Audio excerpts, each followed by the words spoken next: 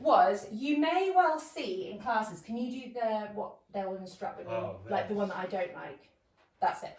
So you may often see in like squat classes that squats are trained by raising the ankle. And I don't like this. It doesn't make any sense to me.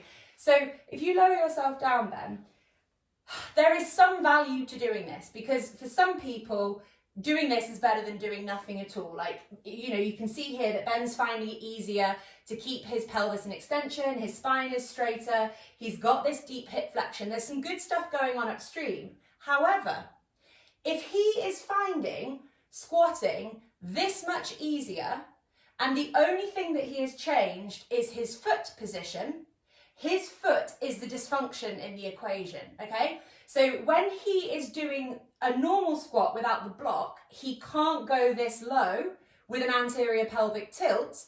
He's changed his foot, he's pandering to his foot dysfunction, and suddenly the squat becomes a lot easier.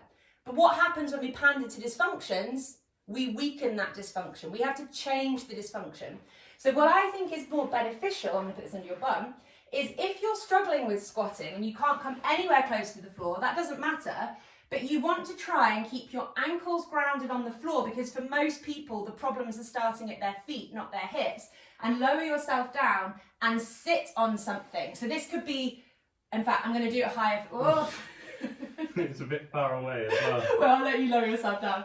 So the thing that you sit on can be very different heights. Like you could literally practice this like on a stool or something.